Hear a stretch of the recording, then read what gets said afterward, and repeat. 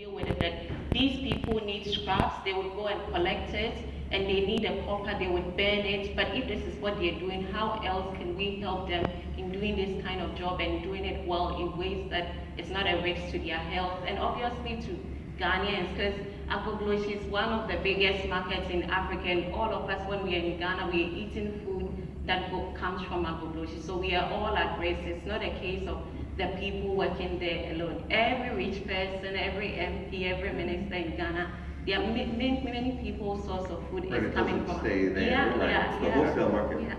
Right? Which is what you were saying too. I mean, well, I think in the end, it's just showing us that if we are just looking at these pictures or these stories, that actually it's much bigger than what we see. So we're not telling lies or something. So it's just like that we should also tell more, and that's for sure. So I mean, when I'm going there back again, it would be great to see also advantages and to point out these lighthouse projects we have there. I mean, that's also yesterday, if you have a look at the session from iFixit, so you have these people, they are crazy, they come out with everything. So I mean, they know how to do it, and it's also there. I mean, if they build machines like that, that's for some reason it's yeah. But I mean, Agbogbloshie is a symbol, and the thing is that I think missed the point. No, you got the point great. I know a guy in Accra. If you want to hook up, he's got the. Yeah, I'll introduce you guys after. So 5 minutes of thinking. I know I should look. Hi. Thank you, Whitney. Another question from the audience is: are the photos mainly showing direct imports of waste, or is it scrap generated by African businesses and homes after years of reuse? That was so not as pointed question, but another question: where is the material coming from? So that's probably. I imagine you didn't get into that too much, Kevin. Can either? But I can also. Oh, you can. Oh, please. Then by all means. So I mean, I also like just to show the link between decay. So I wasn't one of the journalists who just went on the dump site and took pictures there. So in the end, I decided to just tell the story about Agbogbloshie, and because I was focused on these personal stories, but I also have been to, I mean, if you just go on the Autobahn to Kumasi, you will see on the left side, almost every slum has a place like Agbogbloshie, and this makes it even worse. But Agbogbloshie, it's the biggest symbol of it. And I mean, you can see it sometimes. There are shops on the streets, so these tools or these devices, they come out of a container and they are in a shop. But what is actually happening at these shops is that they sell a TV without the ability to prove if this is really working. So people buy the PC or a TV maybe for $40, but they don't know if it really works. So they take this. I mean, why is such a market existing? That's crazy. Right, it's an so economic you should question. ask yourself when someone is not able to test it. So that's a big argument why there are many unusable parts shipped over to Ghana.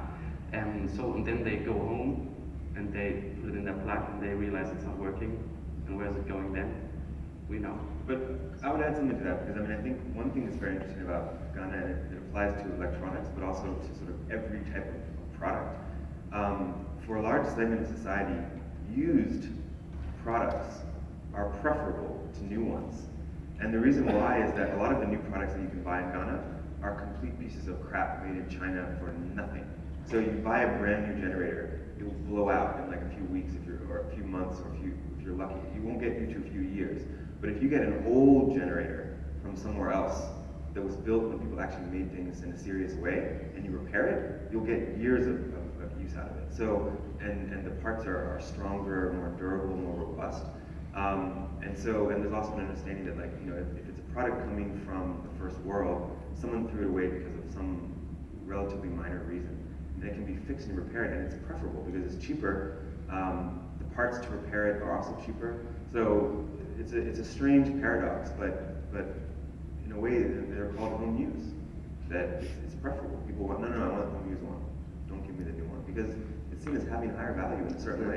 It's flipped. Yeah. That's interesting. But I think it's also with the next technologies coming up, so like mobile phones, we realize also in other sessions that it's getting more and more complicated to repair things like that. So I mean, look at the car scrapyard over there, so a car is quite easy to repair, so you just need this or that. But if it's getting to mobile phones, so you can't put the battery of an iPhone into HTC or whatever. So then it's getting complicated, and we don't have these standards like we have for cars or whatever in this electronic industry.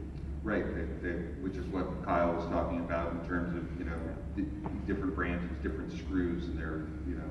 And that's why I would also say that it's difficult to ship products from the developed world over there without using them if they're not using for 100%. Because I think then people will rip out the most valuable part and ship it over, and it's always the same part missing, maybe in a refrigerator.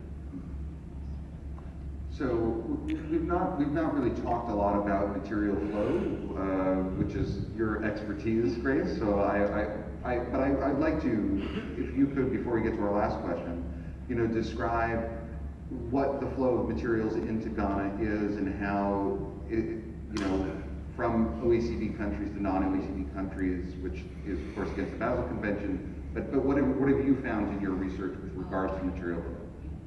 So if I would start, because a lot of questions have been raised about reports and their flaws and all that. It's obviously very challenging to map anything called e-waste, and that's because a lot of these materials flows in the illicit trade, and also there's no trade category for e-waste as a commodity. So my supervisor, his research was trying to map the global flow of e-waste using a proxy measure, which is a ComTrade data, and they had a unit that was related to scrap, that's scrap batteries. And in mapping these trade, two patterns emerge, and that's one that developed countries are increasingly trading among themselves. So we mark 1996 and 2012, and in 1996 at its peak, flows from developed countries actually, that's what Basel categorized as Annex 7 to non-Annex 7 countries was 36%.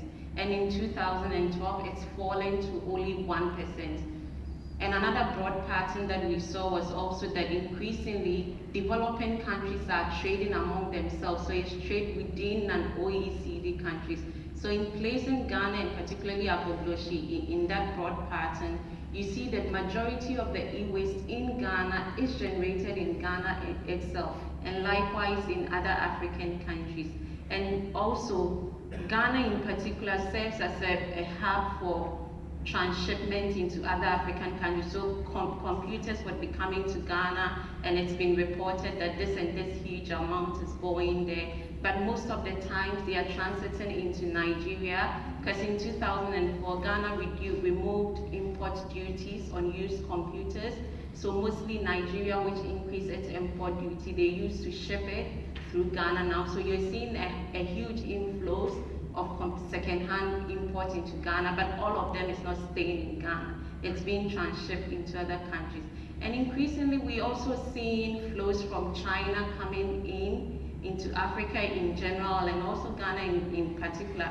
And these patterns are not strange. If you look at the changes that are going on in the global economy in general, there is a general move or shift in the vibrancy of our economies to the south. You've seen weaknesses in northern economies, you've seen increasing consumption and production in emerging economies, and generally an increasing trade between countries in the south. So these kind of patterns that we're seeing in e-waste flow, it's not very different. It's very emblematic of the broad scale changes that we're seeing in the economy in general. So for me, if I'm situating Agbogbloshie and Ghana within this trade pattern, I'll say that majority of the products in Agbogbloshie are things that have been consumed by Ghanaians. Obviously, they came from the West, because Ghanaians and Africans for a very long time, and this is perhaps the way the global economy is engineered, that we've always depended on the West for our manufactured goods. That's how you're a peripheral country, you focus on raw materials. Manufactured goods are mostly produced in the north. Very recently, that China and other developing countries are beginning to take important role in that. So for a very long time, the nature of the structural economy of the world has been designed that developing countries, and particularly in Africa where the manufacturing base is not developed, are always dependent on second-hand items moving into. So in Ghana, during the recent e-waste assessment, it was even found that about 70% of the import of electronic items is second-hand.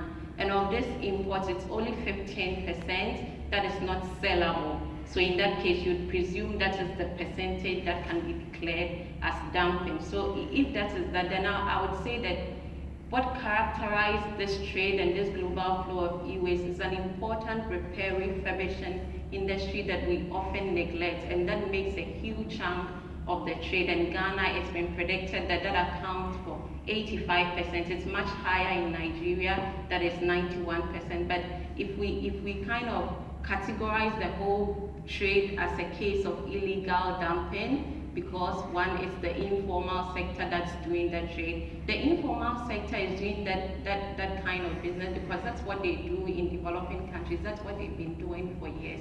So for me, if I'm supposed to situate Agbogbloshie in the whole debate, I would say that yes, stuff get there from the north, it gets there, but it gets there after it's gone through rounds of reuse in Accra and in bigger cities in Ghana in general.